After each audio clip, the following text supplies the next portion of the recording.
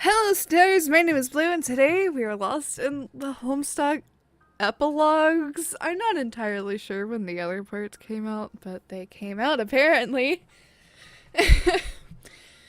I hope you're ready for a lot of stumbling, a lot of getting sidetracked, and maybe here and there dramatic reading. I'm gonna try to make this as fun as possible, but we'll see how that goes. It's on AO3. Homestuck Epilogues, Andrew Hussey. Oh, Hussey. Content warning. Oh, what's all this? Graphic depictions of violence, major character death, rape. Oh. The economy, xenophobia, pregnancy, alternate universe, mind control, non-con. Okay. Breastfeeding, misogyny, sexism, transphobia, misgendering, canon complaint, canon divergent, redemption, dubious consent, mind break, world war, political intrigue, robots, child abuse, rough sex, child neglect, alcohol use, breast milk, death. Oh, this just keeps getting worse, doesn't it? Incestuous undertones, mental illness, suicide, polyamory, clown dynamics, meta abuse, fridging,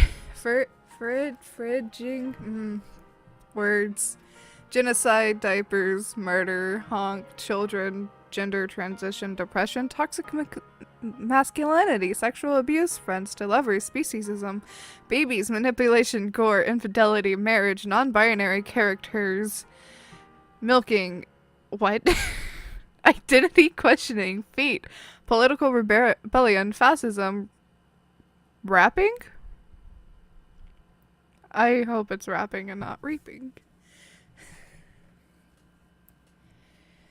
Drug use, funerals, religion, eating food, aliens, possession, light BDSM, death, furry, anthropomorphic animals, power imbalances, blood, trickster mode, body horror, gerrymandering, starvation, chuckholding, interspecies relationships, guns, war, war.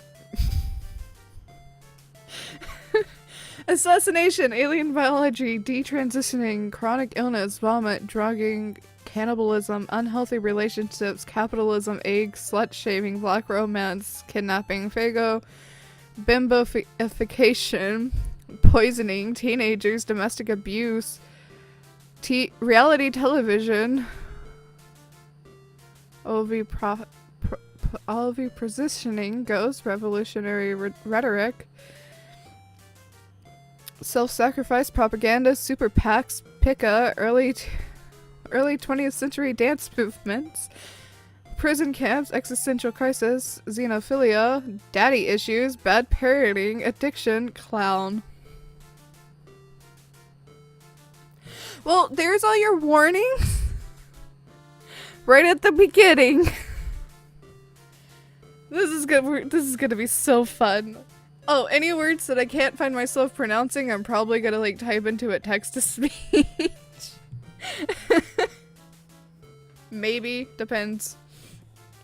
Summary! 10 years after their adventure began, the heroes are enjoying a well-earned retirement on Earthsea, but John still has one last choice to make.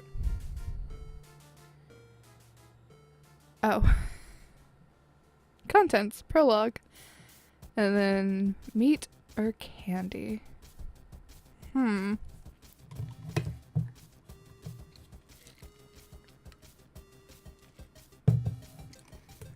Alright, here we go. It starts with a crack. Everything else rises up from what seems from that like steam. We're off to a good start. A trembling thread that cuts through space and jagged lines, splintering the void into razor-sharp shards of petrifying leptons and maybe I shouldn't have chose today to record this.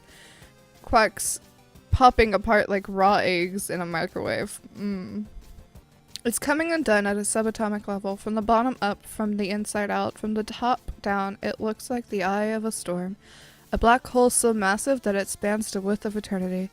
It turns infinity into something as thin and fragile as cellophane, shreds it of its dimensions, a piece of paper pinched together at either end, a hole poked through.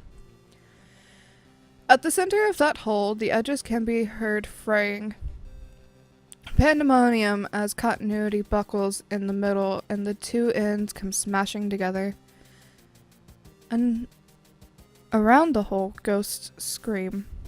They clawed the dying borders of their dreams, and with fingernail chipping desperation, they whipped together like the wind, trailing the mutilated streaks of their hypothetical futures with them.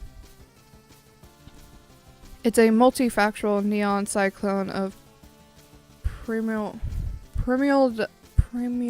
conclusion, a turning blender of hyperfinal catastrophe, terminal, overwhelmingly permanent double death. The screaming distorts and plunges low as it gets closer to the cavity. At the center of that distortion turns into an eerie music. That's where the cacophony ends. The shattering, the screaming, the squelching, the sounds of elemental particles being torn apart like string cheese shoving through a metal grinder, then dumped down a strangely melodious garbage disposal. It all returns the same tonic dormant, matching pitch and tone, ironing out the rebellious flats and sharps until the discordant dance becomes exquisite. A subharmonic symphony that can only be heard in the bones. At the dead center of the event, it is extremely quiet. A silence made of all the suffering that limitless subeternity can hold bleeding together until the prism turns into obsidian. It's too vast to comprehend, too black to behold without closing your eyes. Retreating to the back of your own eyelids is to see the comfort of a familiar darkness. It is to reject an absolute tenebosity so perfectly alien. It threatens to rip humanity right through your sockets. I realized that I've been reading a lot of this, and it's not even on the screen. Because I sized this wrong. There's no going back. I just have to remember where everything is now. So we're here. Okay. This is the end of everything. This is the end of Paradox Space. You. Wake up. Your name is John Edberg, and you have just had a terribly, deeply pretentious nightmare. You snap out of bed, soaked in sweat, your heart hammering like a fire alarm. It is just as you feared. You've been dreaming in anime again, and you have no idea what it could mean. Dreaming in anime?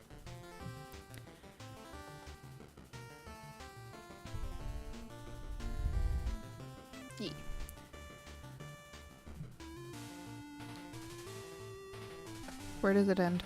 On here. Okay. The sun is coming through your window in bars of soft yellow. The only sound you can hear for miles is the wind skimming the hollows of your neighbor's pipe homes. It's a normal day in the Salamander Village, which you refer to as Salamander Village because the damn salamanders never bothered to give this village a name, you guess. Absolutely nothing of note has ever happened here for the entire history of the planet, which you would know because you created it. Beside your pillow, your phone is vibrating. Rose is calling. The screen of your phone reads 9:30 a.m., April 13th. And also the number 46, which is how many text messages your friend left while you were sleeping. A bit excessive, even for her. Answer the phone. Since when are you known to operate your telephone? Since... I don't know. Has it really been that long since I called? I can't remember the last time. Neither can I. Anyway, what's up? First of all, happy birthday. Oh yeah, thanks. Fuck, I forgot. Am I correct in presuming this April 13th will be as uneventful as the last? Yeah, I don't know what to do. I don't want to do anything this year. I hope that's okay. Of course it's okay. It's your birthday after all. Rose. Yes? You wandered to the window and watched the salamanders go about their day. All over the neighborhood. The little dad salamanders putting on their little rumpled hats, picking up their little suitcases, kissing their little families goodbye for the day. You've always been confused about what exactly they contribute to the global economy, but it's pretty cute how much they love playing at being suburban businessmen.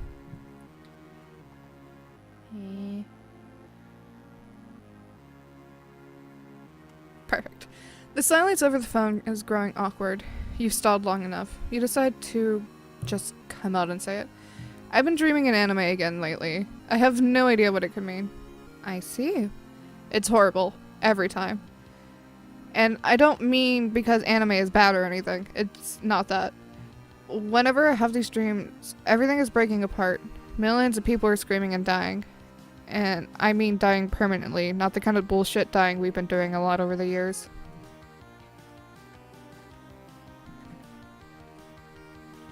A couple yards over, a salamander blows an astounding spit bubble. Truly one for the books. Your eyes trace its meandering journey into the sky as you gather your thoughts. What do you think it all means? What do I think what means? What do you think it means that I've been dreaming in anime? I don't have the slightest idea what it means you've been dreaming in anime, John. To be honest, You wait for Rose to finish her thought. She doesn't, which is troubling because you never have known Rose to leave a thought unfinished in over 10 years of acquaintance. You suppose it's possible it may have happened one of those times she died, but you wouldn't bet on it, though. Rose, are you okay? Not exactly. What's wrong? I think my condition's been getting worse lately. Condition? It's why my message probably sounded urgent. You left 46 messages. Yes, they were all urgent. Oh.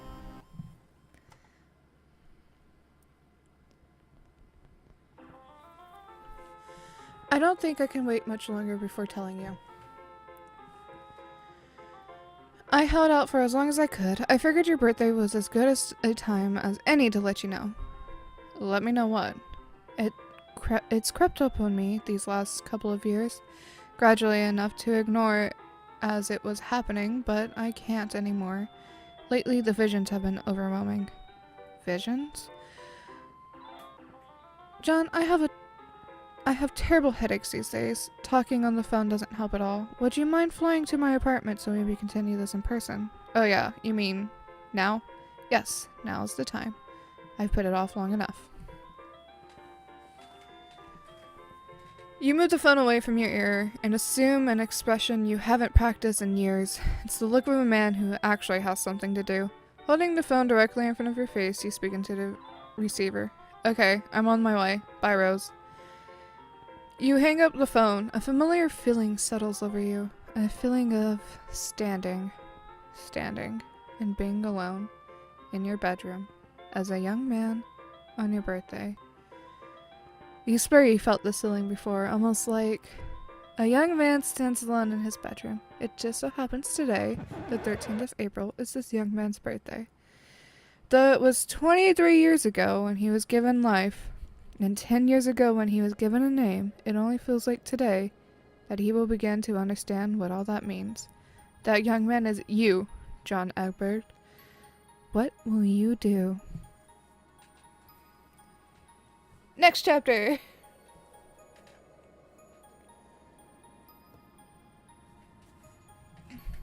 When you arrive at Rose's apartment, you find her asleep on the couch. You slide the balcony door open quietly. Rose?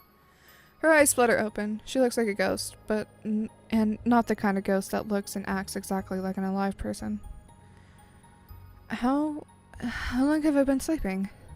I don't know. I just got here. Are you okay? I'll be fine.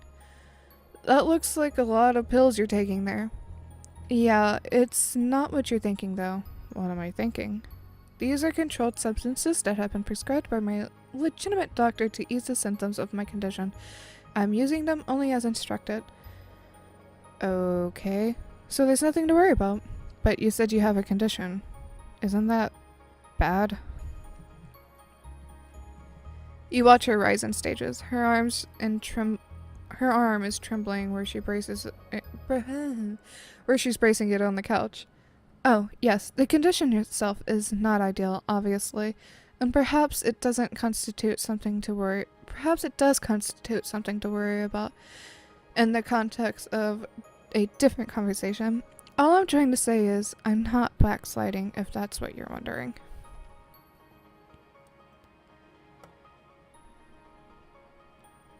No? Okay. Okay. I have no idea where that is on my screen. Okay. You spent several pregnant moments saying nothing at all in response to this. You examine Rose's spine languid form on the couch, optimistic that she will continue speaking at any moment now. Hiccups, no! I struggled with substance abuse for a while, years ago, remember? Rose, Jesus, I wasn't going to accuse you of being a drug addict. And I didn't fly over here to give you an intervention.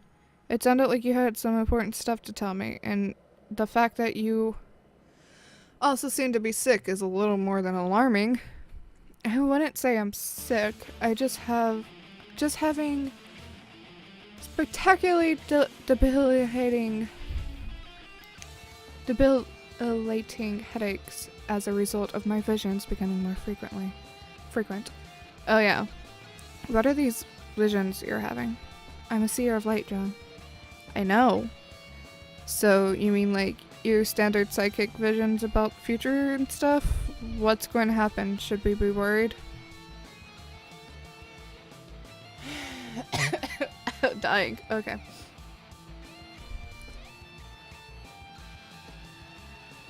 It doesn't technically pertain to the future. Well, not our future. My abilities have broadened considerably beyond their previous horizon. They shed light on many unseen events, past, present, future, and realities and frames of reference that have no intersection with ours at all. It seems to be an unfortunate side effect of God-tier abilities. They can advance at a rate beyond one's physical ability to keep up with. Fortunately, it doesn't seem to be happening to anyone other than me. I can't say I've noticed anything like that. Or improvement in my powers for that matter. For a matter of fact, good job, Elle. Just adding random words, that's chill. It's not about gaining additional power so much as the gradual dissolving of the boundaries between your own awareness and that of your many doomed selves who perished in other timelines. It's a slow and apparently rather uncomfortable accretion of knowledge. Perhaps I'm the only one who noticed any change, since my aspect explicitly relates to knowledge.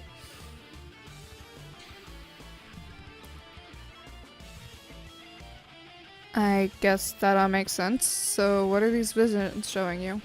Many things. They're quite disjointed and sometimes hard to rearrange in coherence. But in totality, I have pieced together a greater understanding of our present situation and all the events that have led us here. You watch Rose stagger to her feet and cross her apartment. At a kitchenette, she knocks back another pill with practiced motion, no water. Her vacant stare drills into the countertop as she quietly waits for the medication to take effect. And what? What is it about our situation that you wanted to tell me? Is it bad? Good and bad are words that don't mean anything beyond a certain threshold of mortal consideration. There's a different skill I've come to understand, another dichotomy that's less emotional, I guess. Consider instead of the word good, using the word essential. And what exists at the opposite polarity of essential is something that is best not to contemplate. What are you talking about? This sounds fucked up. Yes, that sounds like a reaction you would definitely have to the things I'm telling you. I should really cut it out and just start from the beginning.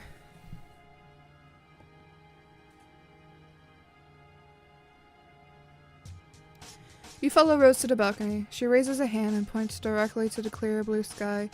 She points with purpose, as if to stay there, right there, precisely where the green sun would be if it still existed. The green sun is gone. What? It has been destroyed, at least from the current frame of reference it has. It still existed, and therefore, in a way that's hard to explain, currently exist over nearly infinite span of time, presiding over the birth and death of countless universes. But this universe, our universe, is not one of them. You saw this in a vision? No, Jade told me. She did? How does she know? She can't draw from its power anymore. She no longer has the ability of a first guardian. It has been this way for several years. I suspect she has kept this fact on the down low, however. Okay. That's surprising, I guess. Or maybe not. I don't know. It's not like she tells me a whole lot these days. It's also not like she has any particular need to unleash the full fury of the green sun. Not while she's been gallivanting around with Dave and Carcat under what perplexing social arrangement they've settled on. Anyway, her account of the sun's destruction syncs up with the data supplied by my visions. I have no doubt it's gone. How did that happen? It doesn't matter much, for our purposes. There was a cataclysmic event, a suicide struck by very powerful beings, much like one Dave and I attempted once upon a time.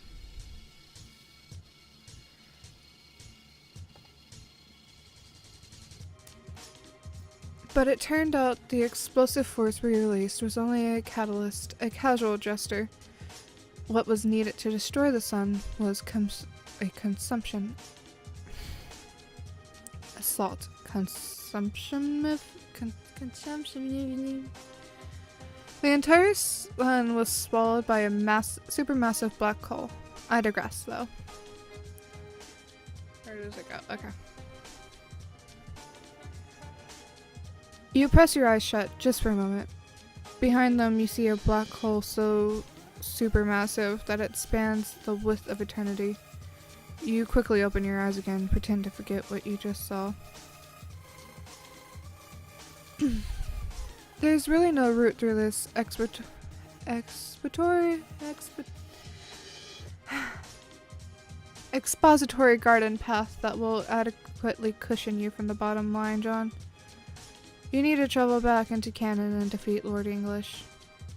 You shrug and try to look casual. You pull off the most casual shrug that a guy has ever shrugged when being presented by the inevitability of his own fate. If Rose were looking at you right now, she would be totally convinced that you are approaching this topic with a level of nonchalance that is entirely plausible and genuine. You're sure of it? Yeah, I had a feeling that was going to come back again someday. I'm sure we all did. That is, even those of us without visions.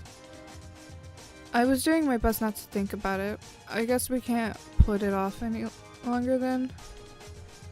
Now is the time. We're rapidly approaching the point of no return. If the decision isn't made soon, it will be too late. The issue will no longer matter. When exactly is the point of no return? Today. Wow. Okay then. First, one question. Why? Why what? Why do I need to go back and beat him? I mean, sorry if this is a stupid question. I guess he's a huge awful monster, and that's just what you're supposed to do with huge awful monsters. Take them down for their crimes and such. But why does he actually need to be defeated at all? To be honest, it's been years since we've even bothered thinking about any of this. Everything seems... Take a look around and survey the current status of all life on Earth, which is totally possible due to the vantage point of a single apartment balcony. Fine. Of course everything is fine here. We're outside of canon now. Yeah, I know. What does that actually mean, though? Are you saying this isn't really happening? Of course it's happening. Just because certain events take place outside of canon doesn't mean the events are non-canon. Oh, in other words, there is an important distinction between events that can be considered to occur inside canon, outside canon, and those which are not canon at all. The day we went through that door and claimed our reward, we passed a threshold between continua marked by differing degrees of relevant truth and essentiality. Those are the 3 pillars of canon. What? Rose shoots you an irritated look. You know what that means. It's reserved for the set of bozo who just said what once too often.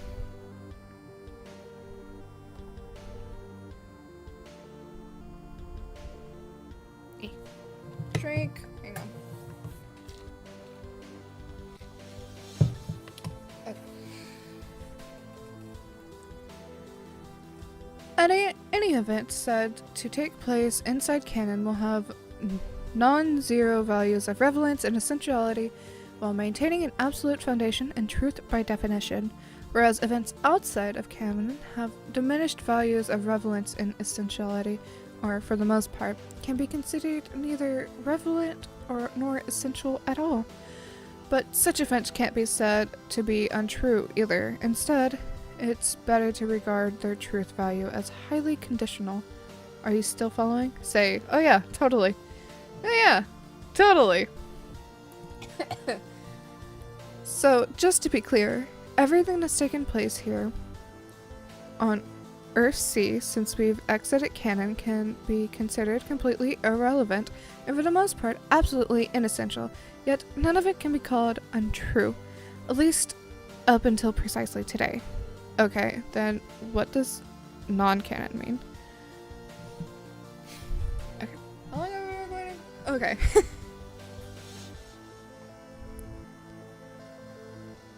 Events that are formally non-canon have no truth whatsoever by definition. They may have relevance and essentiality to values that are non-zero, or even quite high, but only as projections along the imaginary axis, resulting from high subjective frames of reference. But due to those events having no truth, and thus carrying no real weight, the other properties are basically rendered meaningless. You can feel your eyes go wide as the gears in your head slow to a stop. The implications of what Rose is saying are as vast as they are completely incomprehensible. Your mind has just been blown.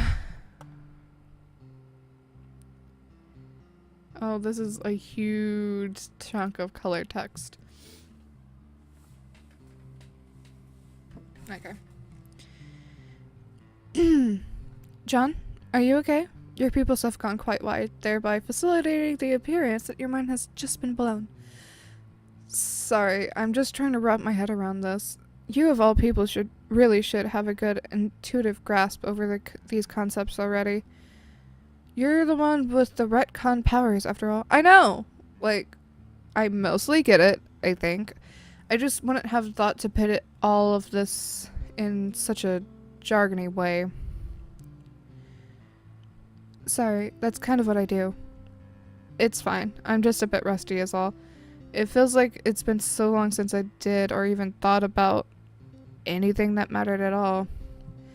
Yes, the longer we live outside of canon, the more tenuous our relationship with canon becomes. Hence the urgency. Then what's gonna happen if we keep dragging our feet? I mentioned that events outside canon have truth value that tends to be conditional, remember? Well, I did. Let me put it another way. As long as we live outside canon, everything that happens will technically be real, but only conditionally. Excuse me. There are certain crucial events inside canon which must happen in order to continue to prop the legitimacy of events here on Earthsea. And you, specifically, John, have a responsibility to make sure those events take place. And I take it that means going back and killing Lord English.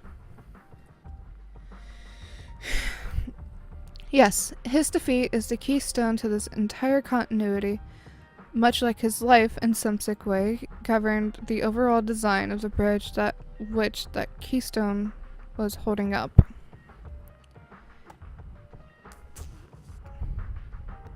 But without it,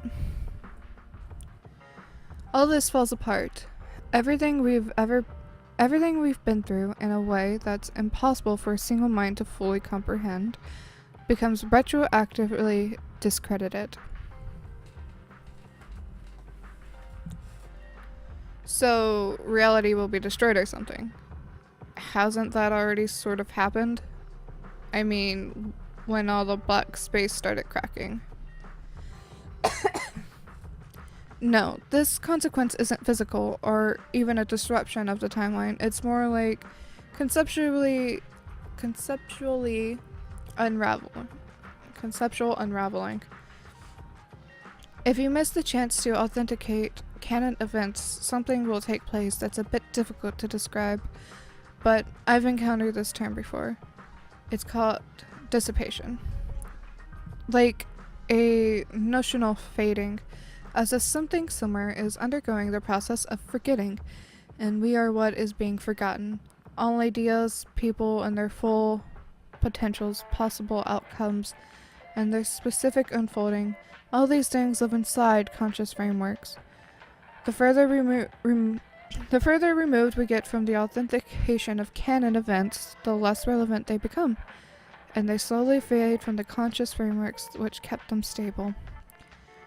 Make a theatrically startled expression. Okay, I guess we don't want that to happen, or unhappen, whatever. So I just retcon proof back to English and start, like, brawling with the dude? Don't be ridiculous. You wouldn't last a second. You'll need a team. Also, you don't want to just dive headlong into battle with his hulking adult form. That would be tactically foolish, and furthermore, would skip over some very important steps that need to authenticate canon. Like what?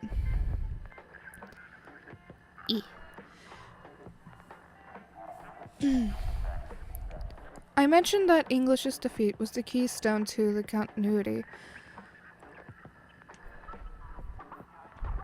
But this is an oversimplification. Yikes. Well, we sure as fuck wouldn't want to simplify anything. John, please don't be a bitch. I'm unwell, remember? Sorry. The true keystone, which is a necessary component of his defeat, is the juju. The house-shaped object you stuck your hand in to gain your retcon powers. Oh yeah.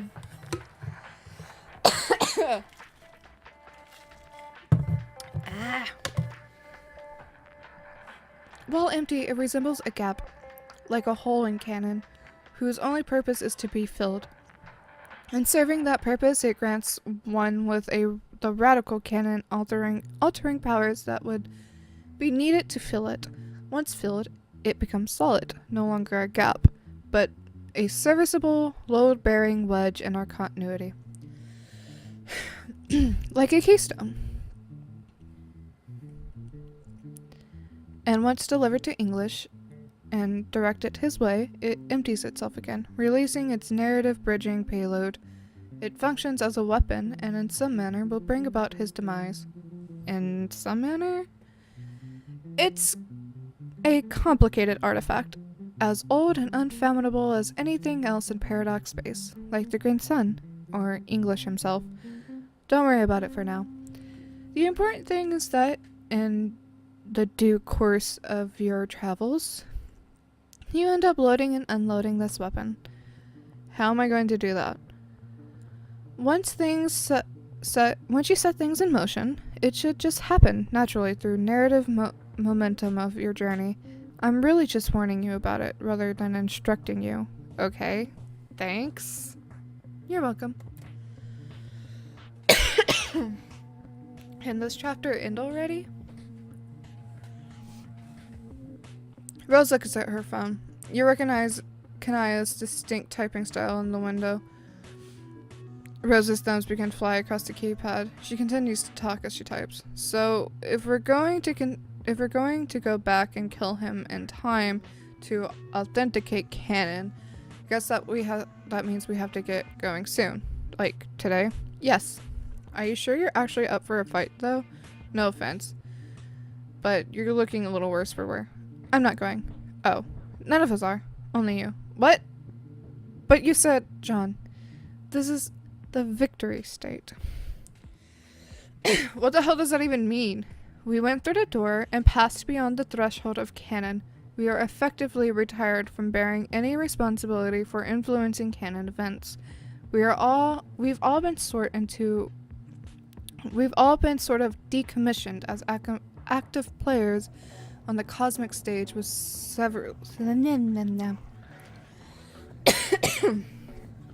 with severely diminished relevance attributes.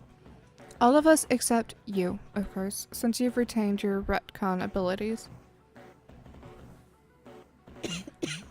I am dying! Okay, I get that. Kind of, but couldn't you all just come along anyway? We could, but it wouldn't serve any purpose. It wouldn't plug up the remaining dark spots in canon. You'll need a group of active players, those still stuck in the stream of canonic karma. Who?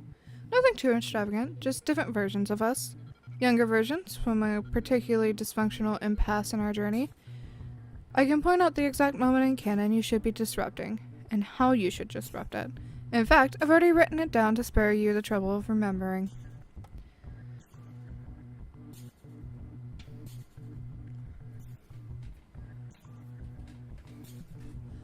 Rhodes leads you back inside and retrieves a letter from her desk. She hands it over, still typing one-handed on her phone. She sits down. You read the letter. Huh. Is anything confusing about my instructions? No, I remember all this. It shouldn't be a problem. It's just weird to think about revisiting this. It seems like an eternity, like we were all completely different people back then. I assure you, we're all still fundamentally the same bunch of losers. Rose is ultimately right about that, the way she is about most things. You continue to scan the letter. You grimace slightly. Should I really punch her in the face? I felt kind of bad about it. Last time I did that to someone. Yes, you absolutely should, and must, punch her in the face. Punch whom in the face? You exhale and turn the paper over in your hands. The other side is blank. You flip it back over, having fully processed the instructions drafted on the polished purple handwriting. You like how Rose still writes in purple after all these years. Some things never change. Alright, this seems straightforward enough. I mean, aside from the part where we all have to fight an invincible monster. He's not entirely invincible. He will be invulnerable to Dave's weapon. I believe the other gambits should present themselves as well. I don't think it would serve the mission well for me to tell you exactly how it will go. But at the least, I can offer you this bit of encouragement. If you follow my instructions, English will be defeated. It is an absolutely essential outcome. And essential, if you remember, is the word we should be using instead of good. I see you're advising we go after him when he's young.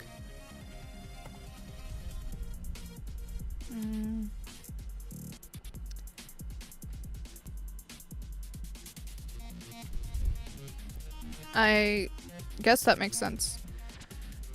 Go get him before he gets all big and strong. Like some kind of surprise attack. Sure. That dude sucks. He was taunting me a while back. Like, I think he wants me to come fight him.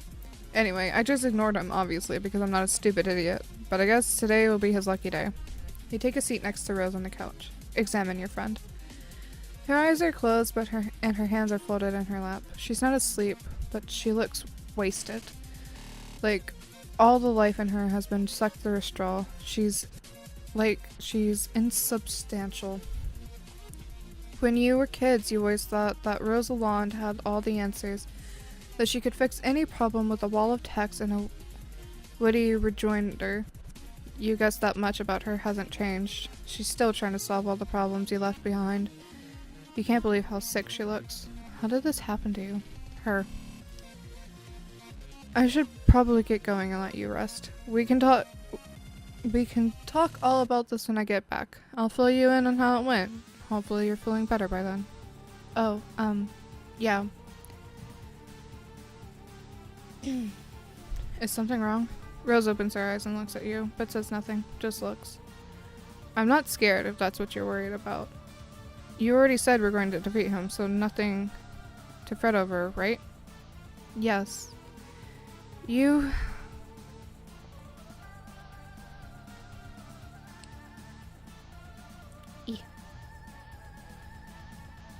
Something flickers in her eyes, almost too quick to catch. When she smiles at you, it's warm and sincere. You're going to do great. Rose slides her arms around you. After a while, she releases you from the embrace and gets up to fetch her bottle of pills. She pauses at the bedroom door to look at you one more time. Goodbye, John. She closes the door behind her. Look at the letter. You run your thumb along the edges of paper. Is this really it? One hug from Rose and you're off to face your destiny? The instructions in the letter are clear, but you aren't sure precisely what to do next. Inertia and indecision keep your feet planted firmly on the carpet. Then, as if directly answering your quandary, your phone buzzes in your pocket. It's a text from Roxy. Read text. Sounds important. You get up without even thinking about it. You exit the sliding glass door and leave it open behind you. Okay. It's been 43 minutes. That concludes chapters 1 and 2 of the prologue. I have a feeling this is going to be a bit of a long series, but that's okay. So, that's it for today, stars.